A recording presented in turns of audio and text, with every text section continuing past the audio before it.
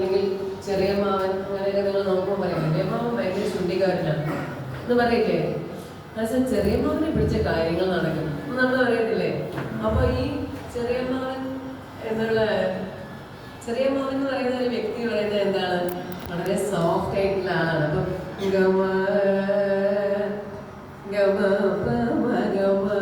എന്നുള്ള പ്രയോഗങ്ങൾ. അപ്പോൾ ഈ പിടികൾക്കെല്ലാം ഓരോ സ്വഭാവ വിശേഷങ്ങളുണ്ട്. ഈ സ്വഭാവത്തെ നമ്മുടെ വീട്ടിലുള്ള പല ക്യാരക്ടറുമായിട്ട് നമ്മൾക്ക് ഒന്ന് താരതമ്യപ്പെടുത്തിയാൽ എളുപ്പമാവും, കുറച്ചുകൂടി എളുപ്പമായിട്ട് സഞ്ചരിക്കാൻ പറ്റും. അപ്പം ഞാനിവിടെ ഏതെങ്കിലും ഒരു രാഗത്തെക്കുറിച്ച് അതിനെക്കുറിച്ച് മാത്രം ഒന്ന് സംസാരിച്ചു പോകാം. അല്ലെങ്കിൽ സമയം നമുക്കില്ല, കാരണം പല വിഭാഗങ്ങളിലേക്ക് പോകണമല്ലോ. അപ്പം ഞാൻ നിങ്ങൾക്ക് എളുപ്പം പറ്റുന്ന ഒരു രാഗം ഏതാ? കല്യാണിയാണ് അല്ലേ? കല്യാണി പാടട്ടെ. കല്യാണിയിലാവുമ്പോൾ കല്യാണി സർവസ്വര ഗമക വരിക വ്യക്തിയാണ്.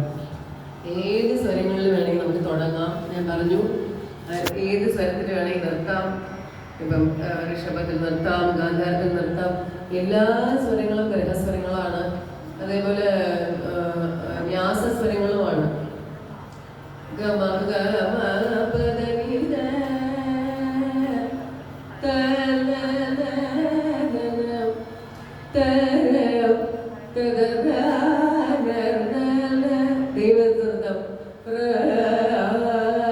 ദൈവത്തിൽ നിർത്താൻ പറ്റും.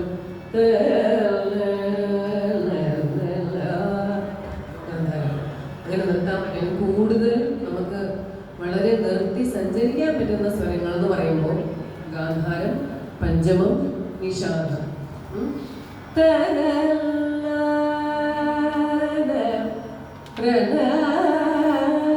ഈ നിഷാദത്തെ ആ കല്യാണി എന്ന ദേവതയുടെ ഒരു കണ്ഠമായിട്ട് നിങ്ങളൊന്ന് ആലോചിച്ച് നോക്കൂ.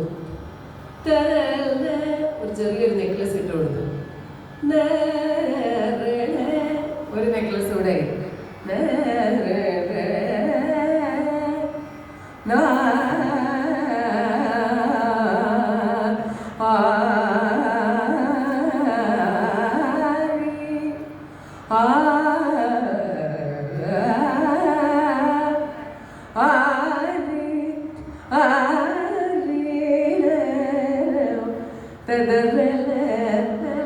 ഇതൊക്കെ ചൊറിഞ്ഞ് ആഭരണങ്ങൾ നമ്മൾക്ക് ഇട്ട് കൊടുക്കുന്ന പോലെ ഇങ്ങനെ സങ്കല്പിച്ച് നോക്കി നമ്മൾ പാടി കഴിഞ്ഞാൽ നമ്മൾ ആ രാഗത്തിൻ്റെ അകത്തേക്ക് പോകും. നമുക്ക് ആ രാഗം വിട്ട് നമ്മൾക്ക് മാറുകയില്ല. നമ്മുടെ സ്വരസ്ഥാനങ്ങളോ സ്വരങ്ങളോ അല്ലെങ്കിൽ സംഗതികളോ ഒന്നും നമ്മളെ വിട്ട് പോകത്തില്ല. കാരണം നമ്മൾ ആ ദേവതയെ മുഴുവനായിട്ട് നമ്മുടെ മനസ്സിൽ ആവാഹിച്ചു കഴിഞ്ഞു. അപ്പം അതിനുള്ളൊരു പ്രധാന ഒരു കവാടം എന്ന് പറയുന്നത് കൃതികൾ തന്നെയാണ്. അപ്പം കൃതികൾ എടുത്ത് നമ്മൾ അനലൈസ് ചെയ്ത് കഴിയുമ്പോൾ പല്ലവിയിൽ നമ്മൾ തുടങ്ങിയെന്ന് പറഞ്ഞു. അപ്പം അതിനെ ഡെവലപ്പ് ചെയ്യാൻ ഏത് ഭാഗം നമുക്ക് എടുക്കാൻ പറ്റും? ചരണം എടുത്തു കഴിഞ്ഞാൽ നമുക്ക് അതിനെ ഡെവലപ്പ് ചെയ്യാം. നോക്കൂ,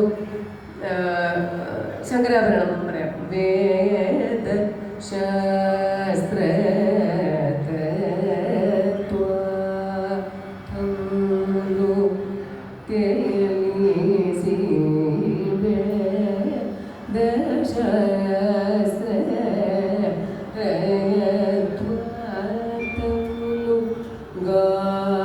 അദ്ദേഹം തന്നെ സഞ്ചരിച്ച ആ ന്യാസസ്ഥലത്തിൽ നിർത്തി തന്നിരിക്കുകയാണ് നമ്മളെ.